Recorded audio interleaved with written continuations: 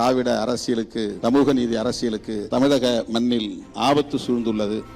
Tweet போடுறதும், சம்பிரதாயத்துக்காக அறிக்கை விடுறதும், சம்பிரதாயத்துக்காக நானும் மக்களோட மக்களா இருக்கிறேன் காட்டிக்கிறதும் எனக்கு அதுல கொஞ்சம் கூட உடன்பாடே இல்ல. அதை பாதுகாக்க வேண்டிய பொறுப்பு முதல்வர் உதயநிதி ஸ்டாலின் அவர்களுக்கு இருக்கிறது என்று வேண்டுகோளாக விடுக்கிறேன், அறிவுரையாக அல்ல. திராவிட கருத்தியலை பாதுகாப்பதற்கு பெரியாரை, பேரறிஞர் அண்ணாவை, முத்தமிழறிஞர் கலைஞரை, இன்றைய முதல்வர் தளபதி ஸ்டாலின் அவர்களை முழுமையாக உள்வாங்கிக் கொண்டு உறுதியாக நின்று களமாட வேண்டும். திராவிட அரசியலுக்கு, சமூக நீதி அரசியலுக்கு தமிழக மண்ணில் ஆபத்து சூழ்ந்துள்ளது. அதை பாதுகாக்க வேண்டிய பொறுப்பு துணை முதல்வர் உதயநிதி ஸ்டாலின் அவர்களுக்கு இருக்கிறது என்று வேண்டுகோளாக விடுக்கிறேன், அறிவுரையாக அல்ல.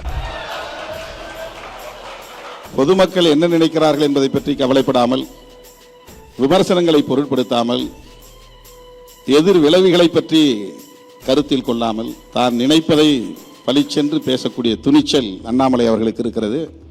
அதிலே ஒன்றுதான் 20,000 புத்தகங்களை படித்தேன் என்று அவர் சொன்னது. அந்த துணிச்சலை பாராட்டுகிறேன். Super super super. ரொம்ப ஒரு நேரடி பதிலா இருந்துச்சு. அடுத்த வார்த்தை எதிர்க்கட்சி. எதிர்க்கட்சி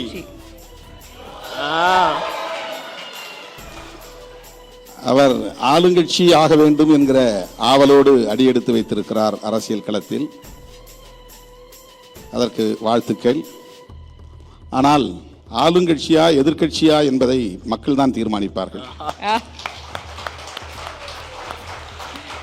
அதை ஏற்றுக்கொள்ளுகிற பக்குவம் ஒவ்வொரு அரசியல் தலைவருக்கும் வேண்டும்.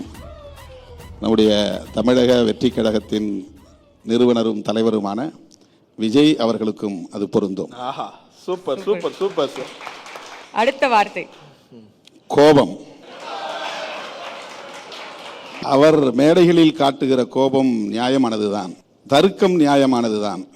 அதனால் யாருக்கு பயன், யாருக்கு பாதிப்பு என்பதையும் ஆய்வு செய்து அதன்படி களமாட வேண்டிய தேவை இருப்பதாக நான் கருதுகிறேன். நல்ல நண்பர், நல்ல சகோதரர். திராவிட அரசியல் எதிர்ப்பு என்கிற பெயரில் ஒட்டுமொத்தமாக பெரியார்,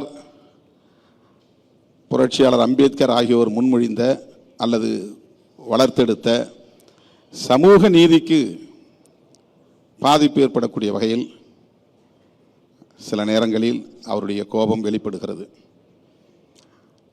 குறிப்பாக நீ யார் என்ன திராவிடன் சொல்றதுக்கு அப்படின்னு கோபப்பட்டார். திராவிடம் என்கிற சொல் தமிழ் என்பதற்கு எதிரானது என்பதை போன்ற ஒரு தோற்றத்தை உருவாக்குவது, தமிழர்களை திராவிடன் என்று சொல்லி திசை திருப்பி விட்டார்கள், வரலாற்றை மூடி மறைத்து விட்டார்கள், அது வரலாற்று பிழை என்பதை போன்ற ஒரு வாதத்தை முன்வைப்பது அரசியல் ரீதியாக அவருக்கு பயன் தரும்.